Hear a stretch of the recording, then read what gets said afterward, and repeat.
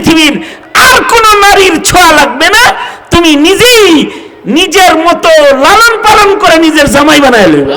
নাউজুবিল্লাহ, তুমি ভাগ্যবান। এই নিয়ম এখন তার ছেলেই হের জামাই। এই রকম অসংখ্য বাজে নিয়ম অগ্নি পূজকদের ধর্মে বিদ্যমান ছিল। সাবেক ফ্যাসিস্ট ওরা যেমন মুত আর গোবর খাওয়ানোর দলের ভক্ত, ঠিক ওরা আগুন পূজারীদেরও ভক্ত। এ কারণে শিখা চিরন্তন অনির্বাণ নির্মাণ করে বাংলাদেশের মানুষকে আগুন পূজা ওরাই করাতে চেয়েছিল। আলেমরা আওয়াজ তুলেছে, তো মুসলমান যায় না, কুত্তাও যায় না মুসলমানের দেশের কুত্তা, শিখা চিরন্তন শিখা অনির্বাণে। এই ভিনদেশী প্রভুদের গোলামি করে মুসলমানদেরকে পূজা ও শিরকি কার্যক্রমের দিকে অগ্রসর করার চক্রান্ত যুগে যুগে ভিনদেশীদের দালালরা এদেশে করেছে। যাই হোক, এগুলো আমার কথা না, ফাঁক দিয়া মাজুসিদের কিছু নিকৃষ্টতা শোনাইলাম আর কি। সকল করো খোদার যে মুসলমান তুমি, আর তোমার ধর্মের নাম ইসলাম। সকল করো খোদার, বলুন আলহামদুলিল্লাহ। সকল করো, ধর্মের নাম ইসলাম।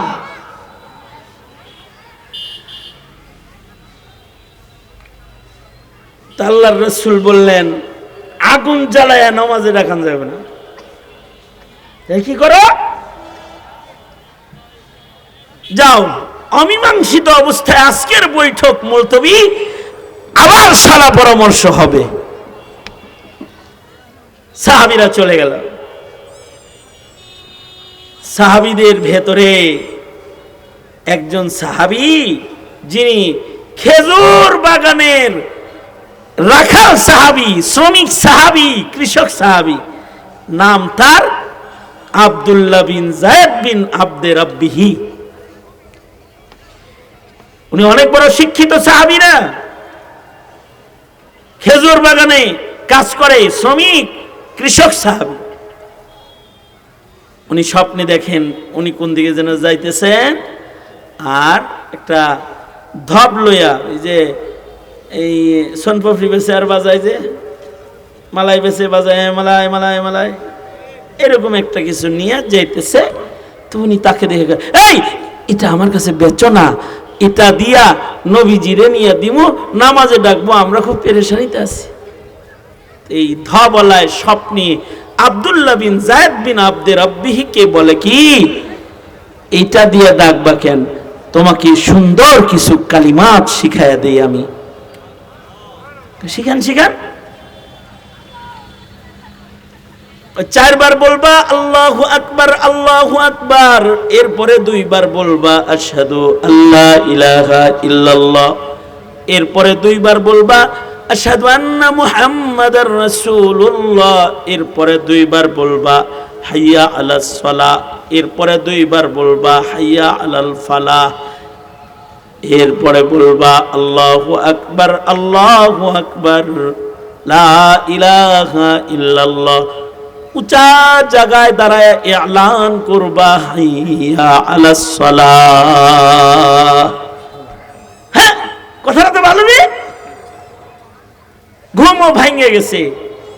আব্দুল্লাহ বিন যায়েদ বিন আব্দে রাব্বিহি স্বপ্নে পাওয়া এই কালিমাত গুলো নিয়ে নবীজির কাছে গেছে। পাশে শিক্ষিত সাহাবী মেজাজে ওয়াহি উমর একই স্বপ্ন দেখে চুপ করে বসে রইছে। উমর বসে রয় নাই, আল্লাহ উমরে বসায় রাখছে, মুখ খুলতে দিতেছে না। আর একটা কৃষক সাহাবীর মুখ খুলে দিছে, কৃষক সাহাবীর ফজিলত উপরে উঠাইতেছে, আল্লাহ তাআলা দুনিয়াবাসীকে দেখাইতেছে সাহাবী তো সাহাবী, এটা খেজুর বাগানের রাখাল হইলে কি হবে, তার কথার কত দাম। নবীজি শূন্য টুন্য কয়, কোন ধবলা আসে নাই, স্বপ্নে যারা দেখছ এ আল্লাহর ফিরিস্তা, তোমারে আজান শিখাইতে আইছিল, আল্লামাকা তাজিন, তুমি সাহিবুল আজান। পৃথিবীর ইতিহাসে তুমি আজানকে আগমন করানোর ব্যাপারে আল্লাহ তোমাকে ব্যবহার করেছে, তুমি নির্বাচিত। বেলালকে ডাকো, তার গলার আওয়াজ উঁচু, 5 বেলা বেলাল আজান দিবে। শুধু 5 বেলা বেলাল আজান দিবে না, আমার এই সাহাবীর দেখা স্বপ্নের আজান, এইটা স্বপ্ন নয়, রুইয়াতুকা সাদিকান সালিহান, তার স্বপ্নটা ওহীর মতন, এটা সত্য।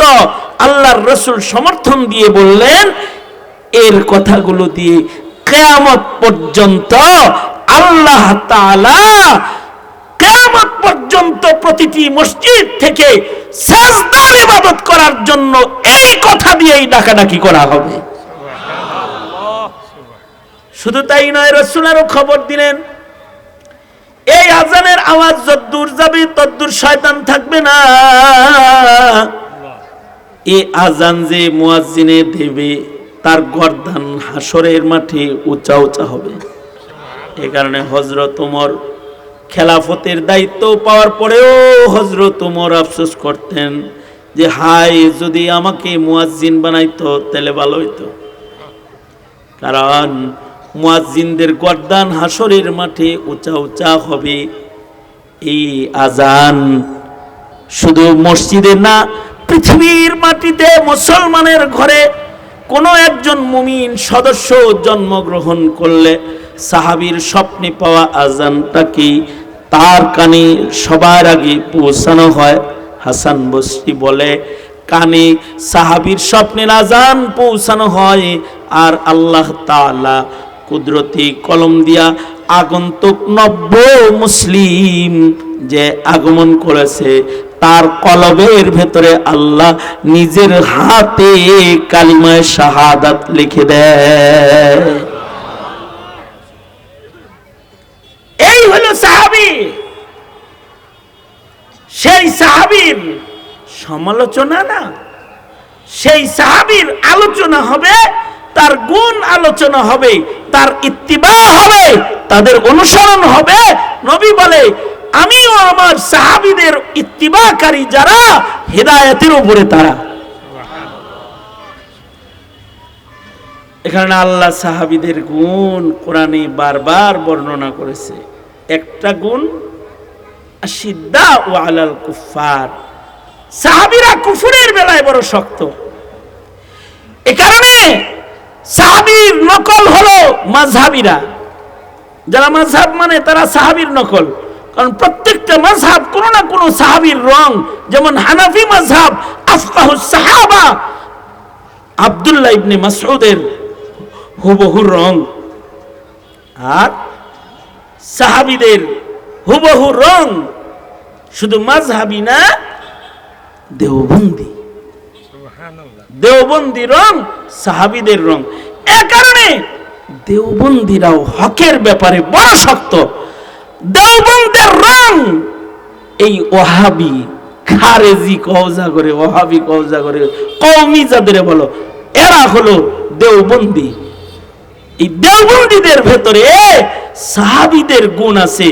তারা হলো আশিদ্দাউ আলাল কুফার, বাতিল সে শেখ হাসিনা হোক আর আসাদ নূর হোক, বাতিল সে নব্য কোন রাজা মন্ত্রী মিনিস্টার হোক, ঘাড় ধরে বের করে দেওয়া হবে, বাতিলের ঠাঁই নাই।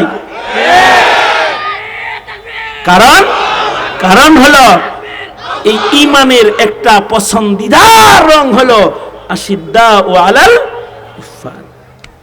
সুতরাং কুফারের বেলায়, কুফুরের বেলায় নরমি নাই।